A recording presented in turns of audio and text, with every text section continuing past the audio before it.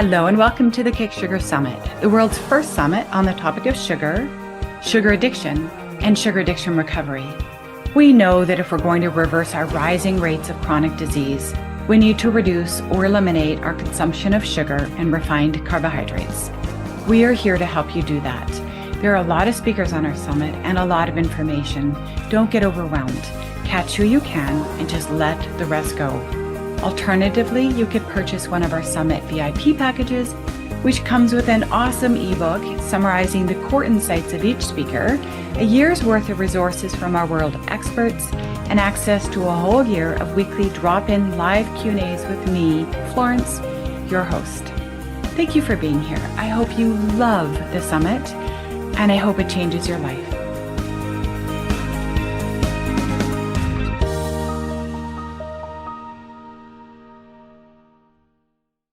Welcome, everybody, and it is my pleasure and my honor to welcome back Dr. Joy Jacobs to the Kick Sugar Summit. How exciting. We're so happy you're here. Dr. Joy Jacobs is a clinical psychologist, assistant clinical professor at UCSD School of Medicine, and published author who provides coaching for adults, adolescents, and children with eating disorders and food addiction. Dr. Joy has been widely cited in major media outlets as an expert in these topics. She sees clients virtually through her private practice. To learn more about Dr. Joy, please go to www.drjoyjacobs.com. Welcome, Dr. Joy. Thanks for being here. Thank you so much for having me. I'm so excited to be here. Yeah, let's jump right in. To start off our conversation, help us frame this broader landscape or this universe of recovery in which you operate and kind of how you came to your role or your approach in that universe, and then the demographic that you serve in this universe. Okay, wonderful. Thank you so much for having me again, Emily. And it's so awesome to be here and have this conversation with you. I just think you're a really important voice in this conversation. So it's really a pleasure to have it with you. So I came to this work first through my own experience, having recovered from an eating disorder that began at the age of 10. And I suffered on and off sporadically with that until at the age of 24. And it became very serious and life-threatening, and spent many, many years futilely looking for effective treatment and not finding it, and really not understanding why.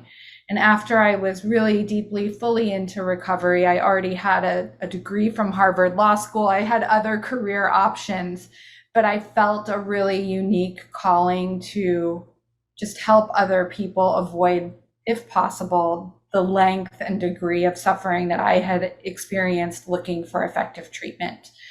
And so how does that take us to the intersection of the worlds of treatment of food addiction and treatment of eating disorders? For many years, for decades, up until now, actually, they've been kind of separate worlds. The traditional eating disorder treatment community, which I was trained and educated in, I've been in research roles, I've been in clinical roles, I've been in leadership treatment development roles, I've done it all. I've even been in corporate roles. Really does not recognize the existence of something called food addiction. For the majority of practitioners, not all of them, the idea is that you can't possibly be addicted to food. You need it day in, day out. It's just not possible to be addicted to food. But these same practitioners do believe in the existence of, let's say, alcohol addiction or substance addiction. And so that's kind of the environment in which I was trained, that food addiction couldn't possibly exist. Yet it was really counter to my own experience, right? Feeling like there were certain foods once I started eating, I couldn't stop. And eventually those of my clients feeling a loss of control around specific foods, even when, their classic eating disorders themselves had been resolved, there were still so many rules for so many clients that needed to be in place. And the traditional eating disorder community would say, well, that's just another symptom of the eating disorder. It is not fully cured because this person has all these rules and regulations about food. But what I saw is my clients trying to just keep themselves safe and away from pathological behaviors like purging or overly restricting by saying, you know what, these foods, for whatever reason, I just can't eat them safely. Whenever I start eating them, I can't stop them. And so clinically, this was my experience for many years. But it's like, oh, well, that's just a food rule. It can't possibly be food addiction because food addiction doesn't exist. Then about 10 years ago, I started having some medical problems that the traditional medical community couldn't help me with. And an alternative practitioner advised me to go on an eating plan that was completely free of all processed foods, including processed flours and sugars. And so that was the first time since my eating disorder recovery that I had ever cut out whole categories of food. Because again, the eating disorder world sees cutting out categories of food as symptomatic of an eating disorder. That in and of itself becomes diagnostic. So I was always reluctant to cut out anything for fear that I would be back into the eating disorder, right? Like that's how I was trained. That's how I was educated. That's the research direction that scientists are taking. And when I had this experience for health reasons of cutting out sugar, cutting out flour, I had literally never felt better in my entire life. I couldn't believe how good I felt. And it was such an aha moment for me as both, an individual trying to navigate this world and complicated world of food, as well as someone that people were relying upon to help them with their challenges with food and eating and their bodies. And so I started following people that were advocating more abstinence-based approaches. I started reading their work, looking at the literature. I got very deeply into the food addiction literature, even when I was working in a corporate role, because I could see that many people, even if they had no other eating disorder symptoms, had intense cravings for foods, for processed foods high in sugar and flour. And so I was intrigued by it, but it seemed fully separate. When I had my own experience of being relieved of all cravings, of no longer wanting to skip my regular lunch so I could have frozen yogurt for lunch, right? Of just being completely free of these intense cravings, it was such an aha moment for me. And I really dove deep into it and started over time gradually to try to marry these approaches. And it's not always easy and it's not always simple. And not every eating disorder patient has food addiction. Not every food addict has an eating disorder once those crazy processed foods are removed from their world. So a lot of thought, effort, and attention needs to be made at appropriately diagnosing and assessing people to find out which buckets they fit into, because again, the treatment is going to be dictated by the diagnosis. So at this stage, you had asked about the demographic that I work with. I work with people, all people that have eating disorders. I will continue to do that, whether I diagnose them as also having food addiction or not. I feel a mission and a passion for helping people of all ages resolve and recover from their issues with food, and I know it is possible. But a particular subspecialty which I have developed over these years is providing options for people who have serious eating disorders, but also suffer from food addiction, and supporting them in following abstinence-based approaches to recovery that are not restrictive and pathological in and of themselves, which is one of the dangers of any abstinence-based food approach. Beautiful. Thank you. Thank you. Oh my gosh. What a wonderful description of the kind of universe you encountered as you tried to figure out your own problems with food, and then how you kind of put together over time your approach to help this intersecting demographic of people. One of the things that I find coming up again and again when I talk to professional practitioners and when I talk to people who manage to have long-term sustainable recovery Mhm. is what I would call, from my background, what I would call a kind of interdisciplinarity, or a kind of openness to taking approaches and tools from various sectors to apply to the problem at hand. And so I would love to hear your thoughts about, I mean, you yourself are such an interdisciplinary person, and so many people in this universe are. And I think a lot of people with chronic health conditions almost become sort of like armchair experts because the answers are not readily available. And so I'd love to hear you just talk a little bit about even how your background in law school helped you put together your approach, or just kind of what different influences over time have really been effective for you, and what is the importance of a kind of interdisciplinary lens in either treatment or as the patient. Right. Okay. Great questions.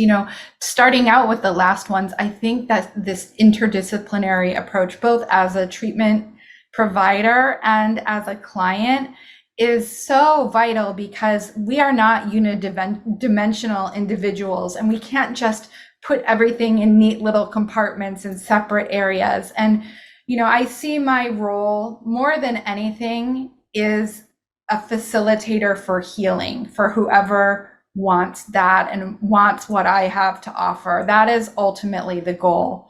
And being trained in the kind of rigorous, double-blind, randomized control trial of scientific research, which is how I was trained, it's not like that at all. Individuals are data points. They are seen as more unidimensional than multidimensional, although different dimensions are measured, but just the nature of research, right, requires that people be put into compartments, and then treatments are dictated by that. And I felt over the years working with so many clients in many different settings, both inpatient, outpatient, residential, virtually, that the tools of Western psychology were not providing complete healing for very many people. They were providing some healing and relief, but not complete healing. And my own goal for myself was always complete healing. So why wouldn't I want that for everyone that I work with? And I've been very, very vocal and very vigilant, I would say, about sharing tools from other disciplines. Now, growing up, I thought I wanted to be a model. And obviously, I don't really look like a model, though. If you say I do. But anyway, I'm joking. So then I was like, oh, I want to be a fashion designer. So I always loved that world. And those influences were some of the things that contributed to ultimately me developing an eating disorder. And it's not as simple as like seeing these media images immediately creates eating disorders. It's not like that. But I didn't grow up, I'm not from a genetic line of super thin toothpick model types, but that was the only acceptable body type that I knew of as I was growing up and maturing. And I was trying to fit my body that doesn't want to be like that into that. And that resulted in the development of an eating disorder for me, because I had to go to extreme lengths that maybe other people wouldn't have to go to fit into that box. So that was one influence. And it eventually ended up in me working at Vogue magazine, which I did after I left the law. And I wasn't really sure what I wanted to do. I was still scratching that itch of like, do I want to be in the fashion and media industry? Is that for me? And I realized pretty quickly it wasn't. And through my experience in law school, that was a perfectionistic kind of pursuit, a people-pleasing pursuit of impressing and pleasing the people around me and getting external validation. And through that experience, which was so torturous and empty for me on so many levels, I was able to release those values in terms of my own development. So all of those things kind of informed what I brought to the table as a psychologist helping people, which, as you know, perfectionism is a very prominent temperament characteristic of many people who develop eating disorders and or food addiction. And so I understand it very viscerally and personally, as well as understanding now how to help people with that. And as I developed how I was helping people, again, I was seeing incomplete healing through the tools of Western psychology. And I'd always been a very spiritual person. I was meditating and doing all these things myself. And about 10 years ago as well, I started to get more bold in terms of bringing them into the work that I was doing. You know, people think that they're coming just for their help with food, but that recovery usually requires other disciplines, things that help. You know, I think the secret sauce here for the work that I do with many of my clients is helping them learn how to regulate their nervous system. And maybe more recently, but traditionally psychology hasn't been that great at doing that. But the meditation disciplines other disciplines have developed to help people to learn to regulate and reset their nervous system. So that's something I'm very passionate about. And through my struggles with chronic illness, I also had to learn about the power of positive thinking. That sounds so cliche, but I did become a student of Louise Hay and got to work with her and her actual caretaker and coach, who helped me on my path to healing and helped me develop a whole new relationship between mind and body. And I work very diligently with all of my clients to help them recalibrate and reset their own relationship with their body. If someone has suffered from food addiction and eating disorders for years, there's usually a sense of the body being the enemy. And why isn't my body doing what I want it to do? Not a sense of gratitude of like, look how my body continues to show up for me despite all the abuse, the restriction, the binging, the over-exercising, the purging, all of the damage that has been inflicted on it, and it still shows up for me each and every day. When we start to do that kind of reframing, minute by minute, day by day, we learn to take better care of ourselves. Ultimately, that's the goal.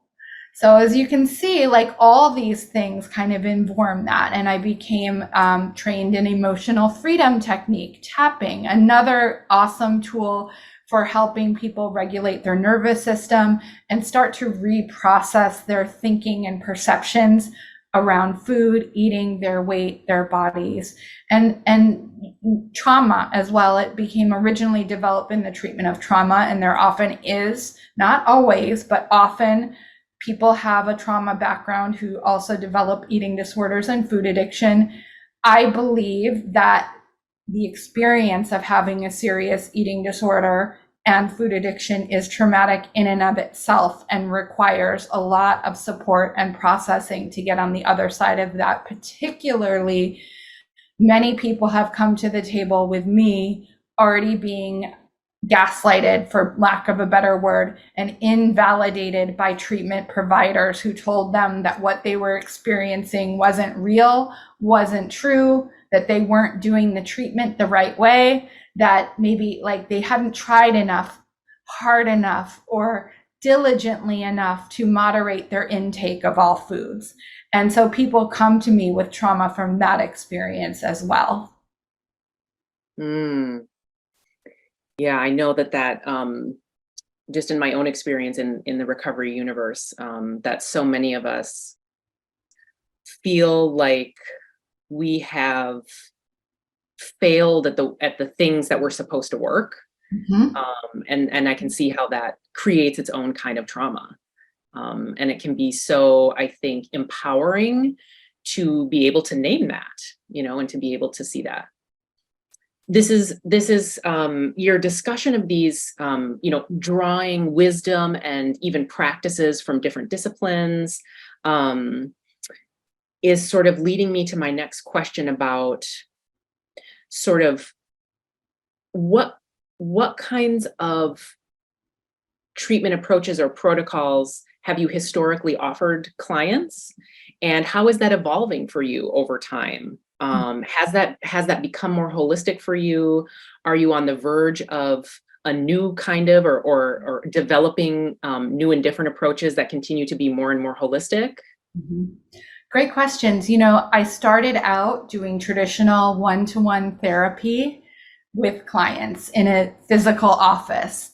These days, the majority of my work is group centered and it's entirely virtual. I do also work with individuals who are part of my group, but the group experience truly allows me to provide a foundation for what is done in the individual work, because in this group setting, we meditate and we do really targeted meditations that are designed to help heal addictive and compulsive patterns, because I did ultimately get a certification in Kundalini yoga and meditation, which is actually a very scientific branch of yoga that is targeted at specific glandular systems and physical systems within the body. And so that journey that was part of my own healing journey has become something that I offer as part of what I offer to my clients. So we meditate, we do EFT, and we do coaching, and we have to do a lot of cognitive work. A lot of the work I do is really philosophically or foundationally based in cognitive behavioral therapy, because those negative cognitions, right, our ways of thinking are usually what keep us from developing new ways of approaching the world, new ways of dealing with food and our body. So that's ultimately going to be part of that work, but it's kind of woven in.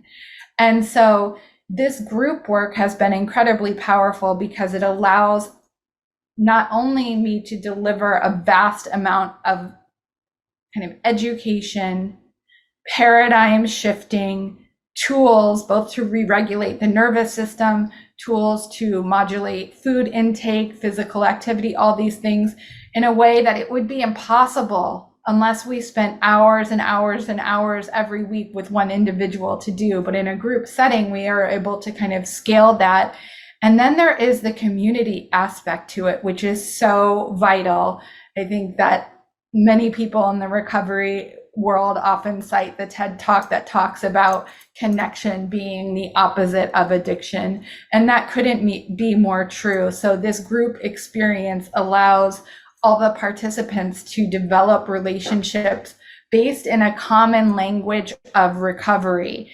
And I'm very much of the mindset that full recovery is absolutely possible, but that no change happens with no change. We've got to do things differently if we want different results, and we have to be active participants in our own recovery. And so I'm very dedicated to providing the tools to my clients that allow them to be active, empowered participants in their own recovery. It's not about showing up at Dr. Joy's office.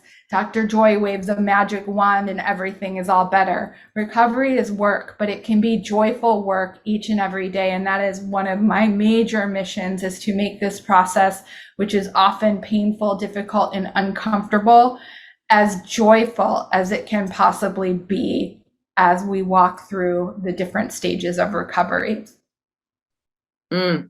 So beautiful and so hopeful.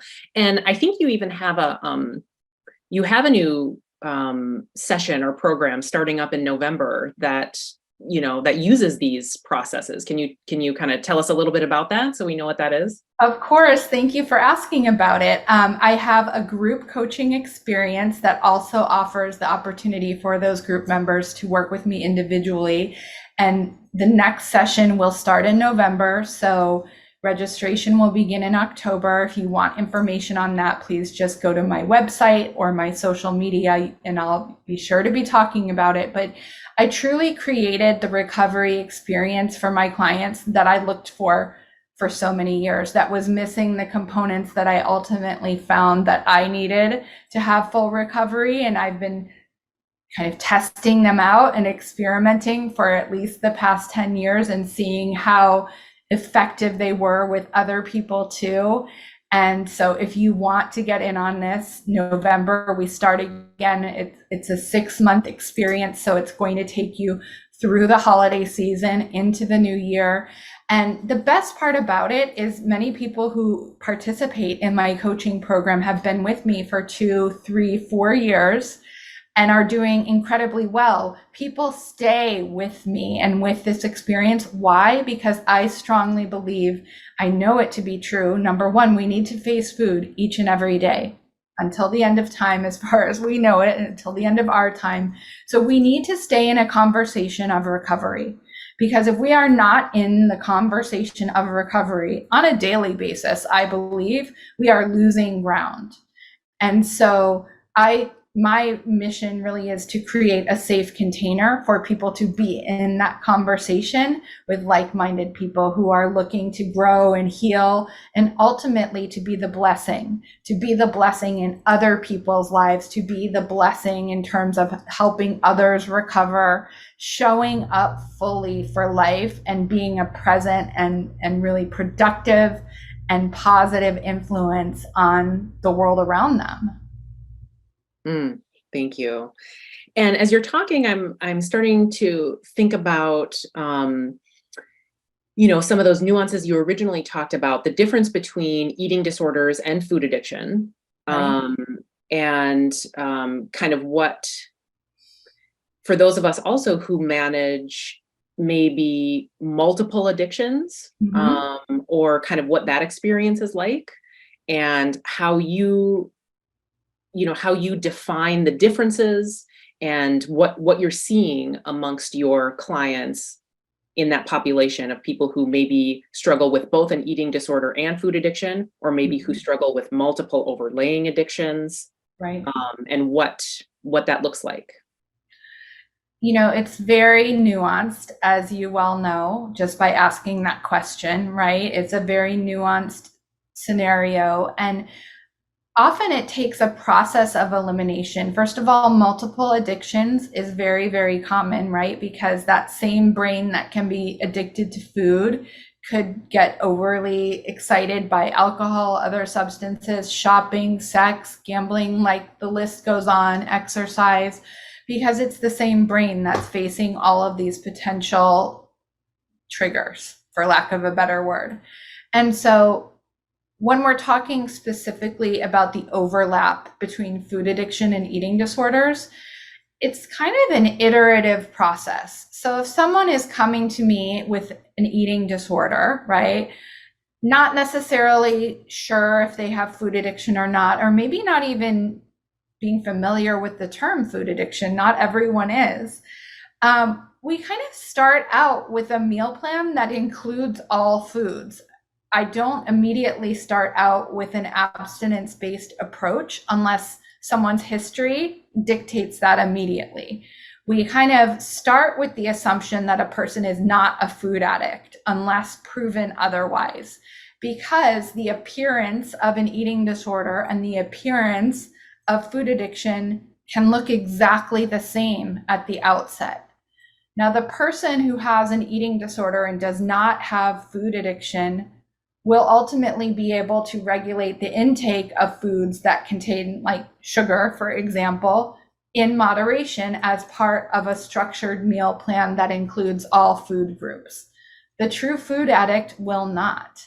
And we find that out pretty quickly. So if we develop a plan, a rehabilitation nutrition plan that includes, maybe like one treat a day, which they're still called, right? Even though we know that sugar is poison, many people, the majority of people, still see these things as treats. So we call it that. If that isn't working out, it becomes obvious immediately. And so then we start to have conversations about, is it worthwhile to experiment eliminating processed foods just to see how we feel? And I think that a 30-day experiment is a beautiful way to kind of get a sense of this for anyone, whether you identify as having an eating disorder, whether you identify as being a food addict, or whether you simply want to improve your health and well-being. I think a 30-day experiment of just eliminating these things from our food is a great way to see, like, how good can I feel? Like, how good do I want to feel? What am I willing to do to feel good? And it provides a really lovely, just kind of clean physiological and neurological slate to start to make food decisions from. And as we know, our cravings and our taste buds literally change when we are not repeatedly exposed to highly processed foods, which are designed to make us addicted to them. So in terms of that differential diagnosis, right, between eating disorders and food addiction, there's not a specific diagnostic tool that will tell you, oh, someone has only an eating disorder and not food addiction, or food addiction and not an eating disorder, or both. And they can look very similar at the outset. So it does require a skilled and experienced person to be guiding that process. And I think one of the biggest mistakes that I see, both in the eating disorder world and the food addiction world, is people imposing their own personal opinions and politics around what is the best way to eat on everyone in a kind of uniform and blanket way, which really doesn't honor the person that's sitting in front of you who has their own unique history and experience. And that really terrifies me, because it ends up leading people onto paths which either don't heal their eating disorder or food addiction, or create an eating disorder, which I have seen happen by people being inappropriately treated for food addiction when they don't have it. And so it is incredibly important to vet the people that you're working with. That's fascinating, because of course, in the abstinence-based universe I'm in, I most often hear of people being treated for an eating disorder when they really have food addiction. But you're saying that the reverse can also occur. It can happen, and many people feel very ostracized by their failure to be fully abstinent. One bite off plan, you lose all your sponsees in some 12-step programs, you lose your stature. This perfectionistic kind of approach, while necessary for many food addicts, can be very damaging for people who are actually not true food addicts, but think they might be, or are looking to lose a few pounds. And it's very complex. So I don't want to make like a blanket statement against any specific program or individual, but I have seen people start to develop purging behaviors, for example, or extreme restriction in the context of some abstinence-based programs. So especially for someone who is susceptible for taking things to a certain degree, it's really important to be very mindful and to be surrounded in the right community that honors and respects the need for just staying safe as we go through these different pathways of recovery.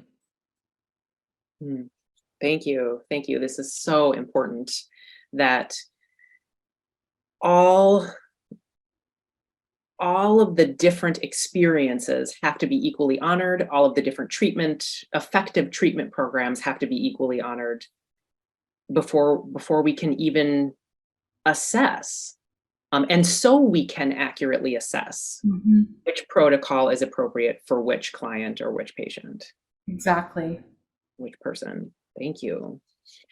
So what are some of the other most kind of pressing issues that you're seeing either in the recovery universe, in the food universe, or amongst your clientele right now? Or what are kind of some of the hot button issues maybe? Yeah, I think that's such a great question.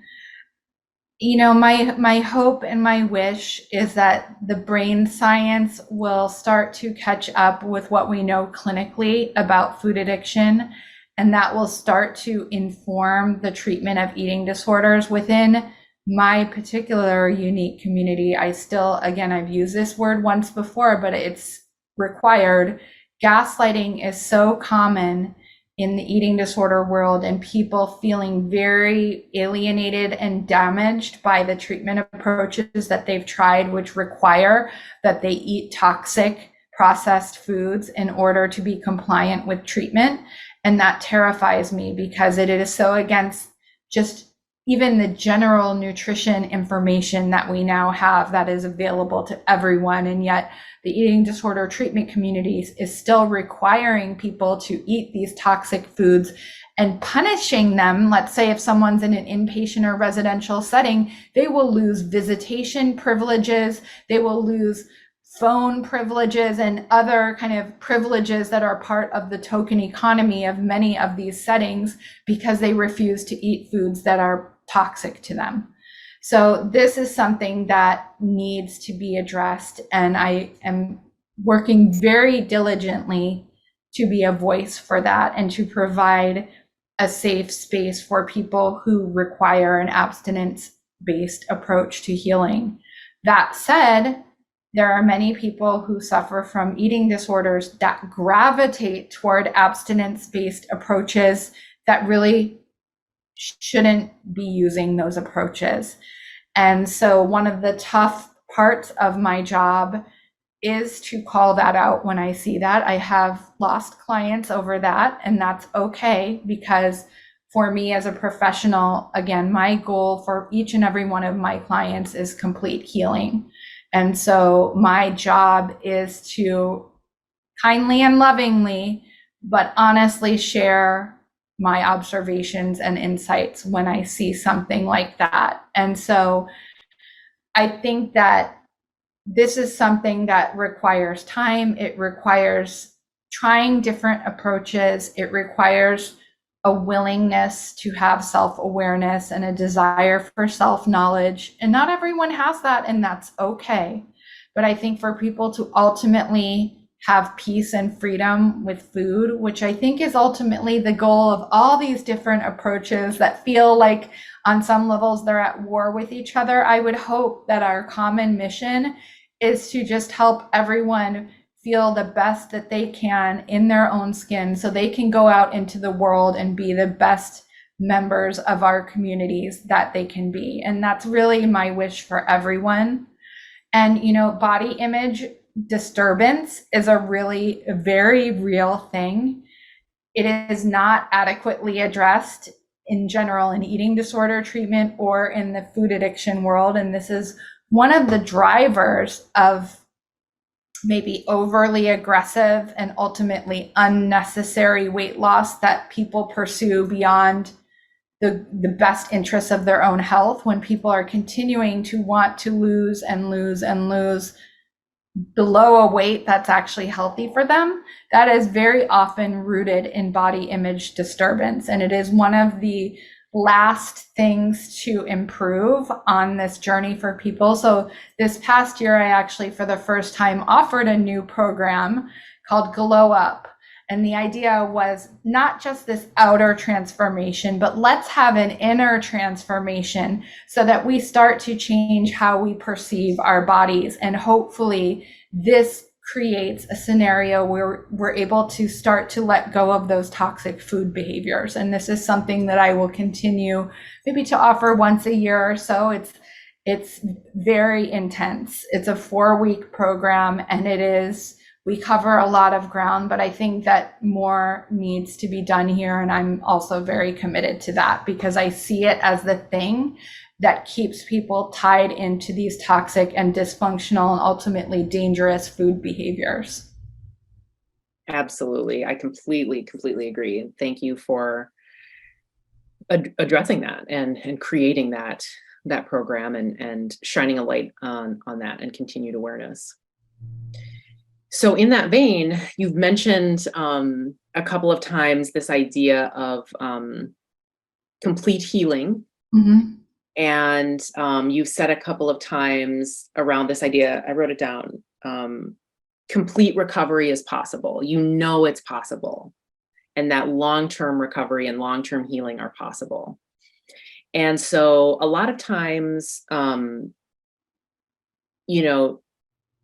interviews and summits and YouTube videos and TED Talks and that kind of thing, and even one-on-one client work is often focused on launching a recovery program or what are the beginning stages, how to start or how to restart, and that's wonderful. There's such a beautiful array of information available for that.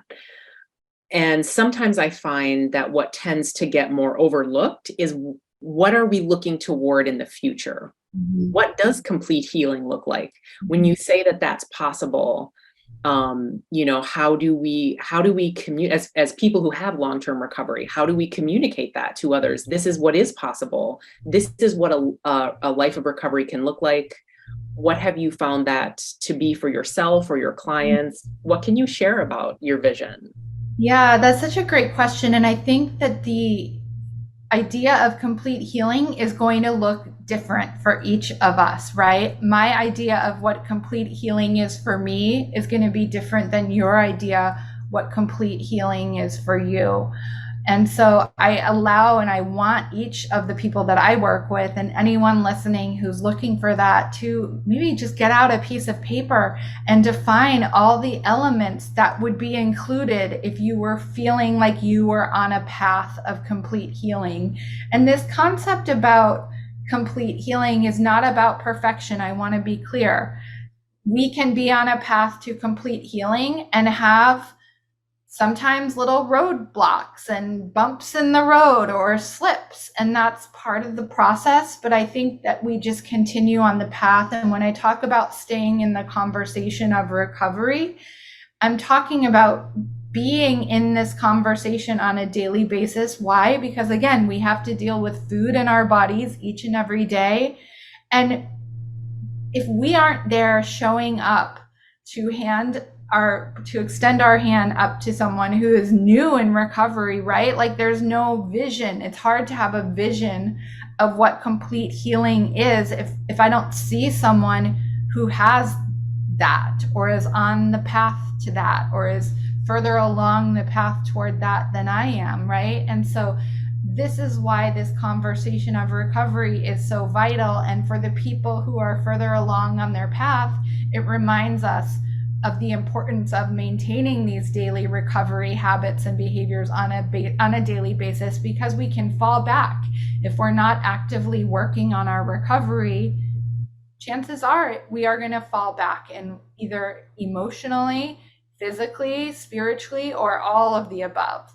And so I think that, again, I want each person to define what their vision of complete healing looks like, and then continue to work toward that. And again, not holding yourself to a standard of perfection that is unattainable and easy to give up upon, but even just setting little goals, like in 6 months, maybe I'd like to be more social, or I'd like to be in a romantic relationship, or I'd like to start working on that book that I've always wanted to write. Like setting these goals of things to be working toward is super motivating. And hopefully these are things that are not eventually totally related to food body. Like they're us being in our lives and embodying what we are wanting and manifesting it and creating things that benefit others as well as ourselves. Yeah, thank you. That's really beautiful. And as you're talking, I'm thinking that another positive and beneficial result of sharing what your life in long-term recovery looks like is that it dispels a lot of the misinformation. And so that the various camps can start communicating with each other more easily, like this is what an abstinence-based approach looks like 10, 20 years down the road for somebody for whom an abstinence-based approach is healthy and does fit for them. It's not a life of misery. It's not a life, of restriction and obsession and disorder. It's a life of freedom and just happiness and also just regular life. It's just a life. And so that's another benefit of reaching out our hands, sharing our experience, sharing our recovery as we walk down that path of complete healing. Absolutely. Aw, this has been so wonderful. Is there anything on your mind that we haven't covered yet that you'd love people to know or to share? This has just been such an awesome conversation, and I just hope we can continue it. And I think that's the key, is for all of us coming, each person has their own perspective. And I love it when we can just have like open, respectful conversation. And I just encourage people to do that in their own lives and Ask questions. Don't just take things as dogma. Understand the why. Be curious, right? Because we all are always learning and we can always grow and we can always change. And I just encourage anyone who is feeling hopeless or dejected or incurable, get some rest and try again tomorrow. Just don't give up. We can pause, but we can't quit, and just stay on the path and trust that one step at a time, things can improve. Awesome. Such important words to live by. Thank you, Dr. Joy. This has been such a pleasure. Thank you. It's been awesome. Thank you for having me. I hope you enjoyed this interview, and before you go, do one more thing. Stop, think back on the interview while it's fresh in your mind, and write down your favorite takeaway in a special dedicated journal. If you do this, at the end of the summit, you'll have a page or two of nuggets of wisdom to guide you forward. And remember, this is just the beginning. At the end of the summit, you'll be invited to attend a free webinar where I will personally summarize the key insights of our speakers and pull it all together into a practical plan of action. You can also check out our Facebook page where you can connect with others and ask questions, and our Kick Sugar Coach podcast and YouTube channel for additional inspiration. Thanks for tuning in. We'll see you in the next interview.